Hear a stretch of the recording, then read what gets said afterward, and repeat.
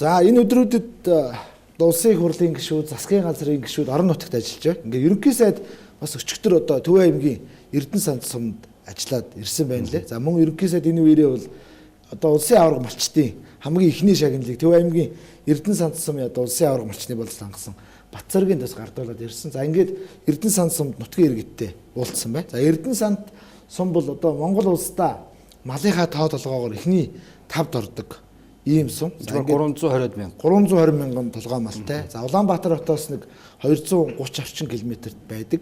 Энэ их онцлогтой сум байна. Тэгээд энэ одоо баруун тишээ Улаанбаатар хотоос юу гэдгийг цасан шуургатай үед ч юм ингээ хөдөлгөөн гараад Эрдэнэ санд дээр их гацдгийг. За тэгээд энэ яг бүс нутгийнхаа яг гол ийм төв хэсэг бас ийм одоо суурин газар. Тэгээд ерөнхий сайдыг очих үеэр юу ярьсан бэ гэхээр сая одоо энэ Төв аймгийн урд сум тэгээд цаашаага Үр хангаа, энэ чинь Үр хангаа, Ар хангаа, Булган яг нэг 3 4 аймгийн голд байгаа сум баг. Тэгэхээр цаашдаа юу болж юм гэхээр ер нь бол хөдөө орон нутагт энэ цасан шуурга, байгаль цаг уурын аюулт үзэгдэл болоход бас маш их дуудлага ирд юм байна. Энэ Төв аймгийн Эрдэнэ сан сум дээр одоо сумын тамгын газарт өнгөрсөн жил гэтэл одоо энэ өвөлгтөл 67 удаагийн дуудлага мэдээлэл ирсэн.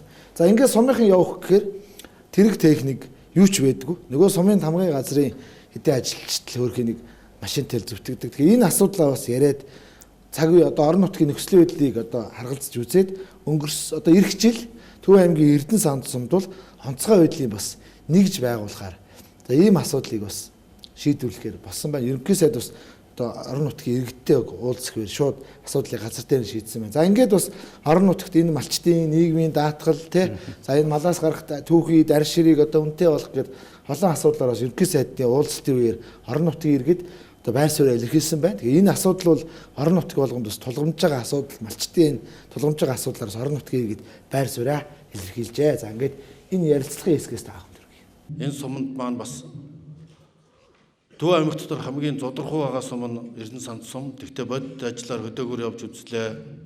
Та бүхтэй уулзах таланда бас авраг малын шагнал гардуулаа явж хахад бас засуудын байдал харьцангуй гайгүй байна.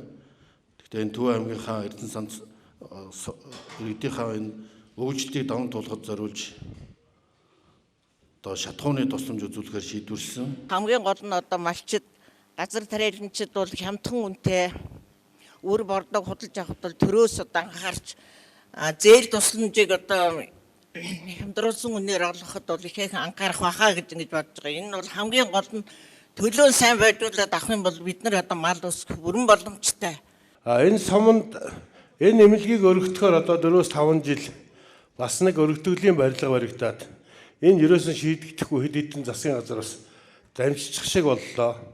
Энийг одоо нэг зэгцлээд бариад дуусгаад дараагийн шатны эмнэлэг болгох ч юм уу эсвэл энэ тал дээр нэг анхаарал тавьж шийдэж өгнө үү? Хөдөө орон нутгийгч гэсэн ялгаа авахгүй тэр шөнийн тарифын хөнгөлт гэдгийг одоо идлүүлжээвэл одоо зүгээр юм болов гэсэн тийм нэг санал байгаамаа.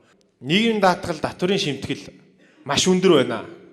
Залуучууд бид нар Монгол улсдаа ажил хөдөлмөр эрхлээд хувь нэмрээ оруулаад ажиллахаар нийгмийн даатгал татврын шимтгэл маш өндөр байна. Манай цаг уурын байгууллагынх нь бол 24 цаг бүтэн сар жилээр тасралтгүй ажилладаг боловч өөрсдийн оногдсон үүрэгт ажиллаан бол цаг тухайд нь гүйцэтгэгдээд хил ам гаргалгүй ингээд ажил үргээ гүйцэтгэж яваад бүх цалин нэмэлт хөлснөөс бол гоцорч байна.